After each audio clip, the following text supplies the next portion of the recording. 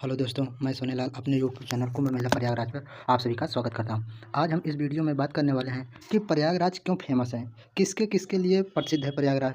तो इस वीडियो में आज हम इसी के बारे में बात करेंगे कि इलाहाबाद की कौन कौन सी ऐसी चीज़ें हैं जिसके लिए इलाहाबाद प्रसिद्ध माना जाता है। तो चलिए वीडियो स्टार्ट करते हैं।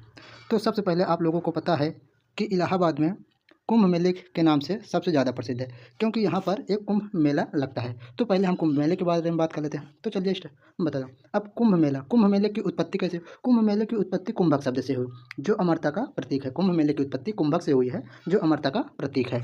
अब अनुष्ठान स्नान, यहाँ पर जैसे बहुत सारे लोग स्नान करने आते हैं। हर साल यहाँ मेला लगता है, जिससे यहाँ बहुत सारे लोग स्नान करने आते हैं। तो वही अनुष्ठान स्नान, यहाँ प्रतिभागी पवित्र नदियों में स्नान करते हैं। जैसे यहाँ पर कहा जाता है कि गंगा यमुना सरस्वती का संगम है, तो इसलिए इन्हीं पवित्र नदियों में स्नान करते हैं। तो इन्हीं को कहते हैं अनुष्ठान स्नान। अब कुंभ मेले के स्थान, वैसे तो कुंभ मेला 4 पवित्र स्थानों पर आयोजित किया जाता है, पर कुंभ मेला दुनिया का सबसे बड़ा धार्मिक समागमों में से एक है। ये जो कुंभ मेला है, ये दुनिया का सबसे बड़ा धार्मिक समागमों में से एक है। ठीक। पौराणिक कथाओं के अनुसार कुंभ मेले का संबंध समुद्र मंथन से है। पौराणिक कथाओं के अनुसार कुंभ मेले का संबंध समुद्र मंथन से है, जो देवताओं और असुरों ने मिलकर अमृत प्राप्त करने के लिए समुद्र का मंथन किया जाता है। कहा जाता है कि देवता और असुर ने मिलकर समुद्र का मंथन किया था, जो कि अमृत प्राप्त करने के लिए किया गया था। तब जाकर अमृत का कलश प्राप्त हुआ। जब समुद्र का मंथन किया गया, तब एक अमृत का कलश प्राप्त हुआ। ठीक।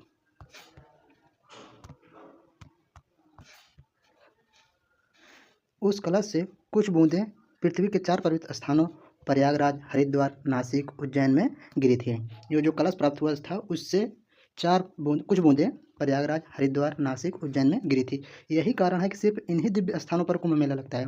इसीलिए खाली 4 ही स्थान पर कुंभ मेला लगता है और कहीं पर नहीं लगता है। ठीक। अब प्रयागराज को तीर्थ स्थलों का राजा कहा जाता है। जो प्रयागराज है, इसे तीर्थ स्थलों का राजा कहा जाता है।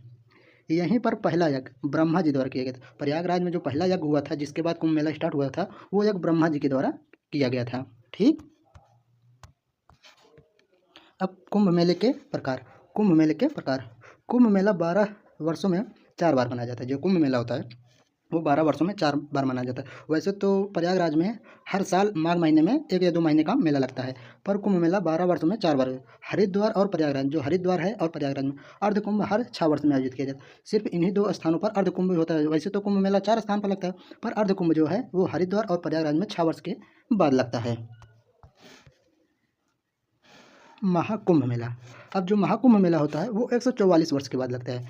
जैसे कुंभ जो होता है, वो 12 वर्ष के बाद लगता है। अब महाकुंभ जो होता है, वो 12 कुंभों के बाद महाकुंभ लगता है। जैसे 12 कुंभ, एक कुंभ 12 साल में लगता है, तो 12 कुंभ 12 गुणे 12 होगा, 12 12 में 144। तो महाकुंभ 144 वर्ष के बाद मनाया जाता है, जो कि 2025 इस वर्ष 2025 में लगने जा रहा है। ये जो कि महाकुंभ लगने जा रहा है, ये 144 वर्ष के बाद लगने जा रहा है। इसे ही महाकुंभ कहते हैं। इसके पहले ये हमारे जाने इसमें नहीं लगा हुआ था। ठीक। अब ऐतिहासिक विकास, पृष्ठभूमि, आदि शंकराचार्य के द्वारा रचित महाकुंभ मेले की शुरुआत, जो प्रयागराज में कुंभ मेला स्टार्ट हुआ था, वो आदि शंकराचार्य के द्वारा रचित कुंभ महाकुंभ मेले से शुरू हुआ। ठीक।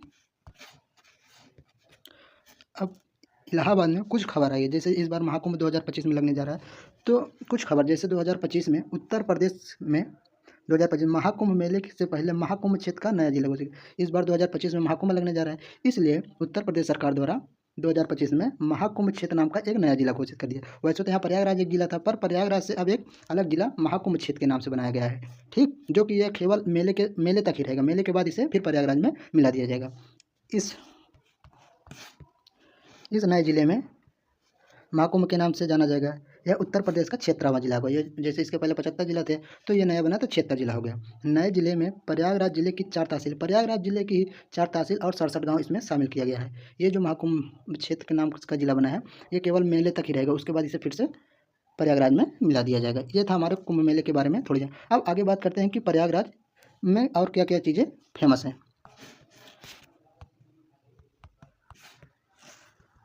इलाहाबाद में सबसे फेमस इलाहाबाद का किला है। ठीक। इलाहाबाद में जो सबसे फेमस है, वो इलाहाबाद का किला है। अब इसका क्षेत्रफल कितना है? इसका एरिया है कुल 365 किलोमीटर, जो कि 141 वर्ग मील के बराबर होता है, और इसकी ऊंचाई 98 मीटर या 322 फीट है। ठीक।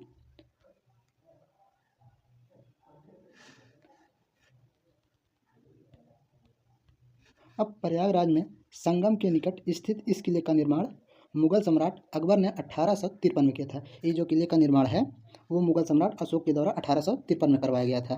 ठीक,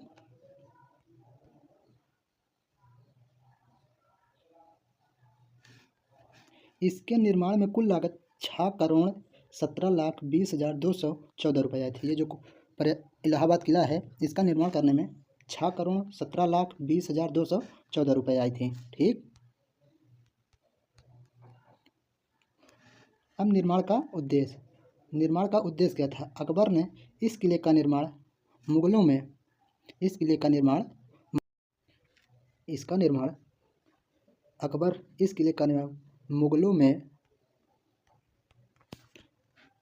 में पूर्व भारत जो वर्तमान में उत्तर प्रदेश और बिहार से अफगान विद्रोह को खत्म करने के लिए किया गया था। ये जो इलाहाबाद का किला बनवाया गया था इसका उद्देश्य था कि वर्तमान में जैसे उत्तर प्रदेश और बिहार में इसे अफगान द्वारा पहले यहाँ पर बहुत आक्रमण होता है, इसलिए अफगान के विद्रोह को खत्म करने के लिए इस किले का निर्माण किया गया था। ठीक, अब वर्तमान स्थिति प्रयागराज में माघ मेला या कुंभ मेला जिसे कहते हैं के दौरान संगम तट पर श्रद्धालुओं की भीड़ उमड़ती है। ये जो इलाहाबाद का किला है यहाँ पर प्रयागराज में माघ मेले में के दौरान संगम तट पर श्रद्धालुओं की भीड़ उमड़ती है। उसी संगम के तट पर सम्राट अकबर ने भव्य किले का निर्माण करवाया था। यहीं पर जो माघ मेला लगता है जिसे कुंभ मेले के नाम से जाना है, यहीं पर अकबर के द्वारा इस किले का निर्माण किया गया था। ठीक, अब प्रयागराज की कुछ प्रसिद्ध चीज़ें कि इलाहाबाद में क्या क्या चीज़ें प्रसिद्ध हैं। जैसे एक तो इलाहाबाद का किला ही हो गया, अब और ऐसे कुछ चीज़ें हैं जो इलाहाबाद में प्रसिद्ध हैं। ठीक, प्रयागराज की जो सबसे प्रसिद्ध मिठाई है वो लौंग लता है। प्रयागराज की सबसे प्रसिद्ध मिठाई लौंग लता है। ठीक,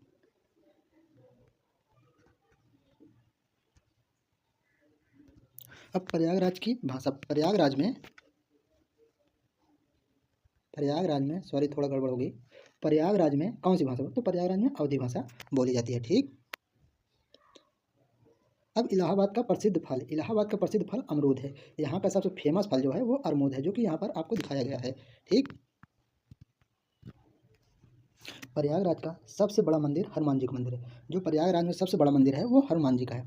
अब प्रयागराज के कुछ प्रमुख पर्यटक स्थल प्रयागराज में जैसे इस बार महाकुंभ मेला लगने है तो बहुत सारे श्रद्धालु आएंगे, तो उन्हें पता होना चाहिए कि यहाँ पर क्या कौन से स्थान पर है जिन्हें पर्यटक स्थल कहा जाता है। तो अब हम पर्यटक स्थल के बारे में बात करेंगे। ठीक, अब पर्यटक स्थल में सबसे पहले स्थान पर आता है खुसरो बाग। यहाँ का खुसरो बाग जो है वो पर्यटक स्थलों में से एक है प्रयागराज का। ठीक, और अगला आता है इलाहाबाद का विश्वविद्यालय। दूसरा का जो यहाँ का घूमने लायक वो इलाहाबाद का विश्वविद्यालय है जो यहाँ का प्रसिद्ध है। ठीक, तीसरे के नंबर पे आता है आनंद भवन। आनंद भवन जो है यहाँ का एक प्रसिद्ध स्थान है जो घूमने के लिए फेमस है। ठीक, प्रयागराज का सबसे बड़ा गांव गहमर है जो एशिया का भी सबसे बड़ा है। प्रयागराज का तो सबसे बड़ा है ही नहीं, ये पूरे एशिया का सबसे बड़ा गांव है। इसे यहाँ कहा जाता है कि 1,20,000 से ज़्यादा आबादी रहती है। इस गमहर गांव में 1,20,000 से अधिक लोग रहते हैं। अब इलाहाबाद का पहला मुस्लिम शासक जो इलाहाबाद में पहला मुस्लिम शासक वो अलाउद्दीन खिलजी था। इलाहाबाद का पहला मुस्लिम शासक अलाउद्दीन खिलजी था। ठीक, इलाहाबाद के प्रसिद्ध भगवान भगवान विष्णु को माना जाता है। इलाहाबाद में जो सबसे प्रसिद्ध भगवान है वो विष्णु को माना जाता है। प्रयागराज में हनुमान जी लेटे हुए, प्रयागराज में जो हनुमान जी हैं यहाँ पर वो लेटे क्यों हैं? तो कहा जाता है कि संगम का पूरा पुण्य प्राप्त करने के लिए लेटे हुए हैं। हनुमान जी के दर्शन करना जरूरी माना जाता है। यहाँ जितने श्रद्धालु आते हैं यहाँ मानना है कि हनुमान जी के दर्शन जरूर करें, यह माना जाता है। यहाँ पर इलाहाबाद में किसका जन्म हुआ था? जो इलाहाबाद है ये एक प्रसिद्ध स्थान है, तो यहाँ पर किसका? तो भारत के पहले प्रधानमंत्री पंडित जवाहरलाल नेहरू और इंदिरा गांधी का जन्म यहीं पर प्रयागराज में हुआ है। ठीक, तो इस वीडियो में हम आपको थोड़ी प्रयागराज के बारे में थोड़ी जानकारी दें। अगर वीडियो पसंद आए तो लाइक करें, शेयर करें एंड हमारे चैनल को सब्सक्राइब करें।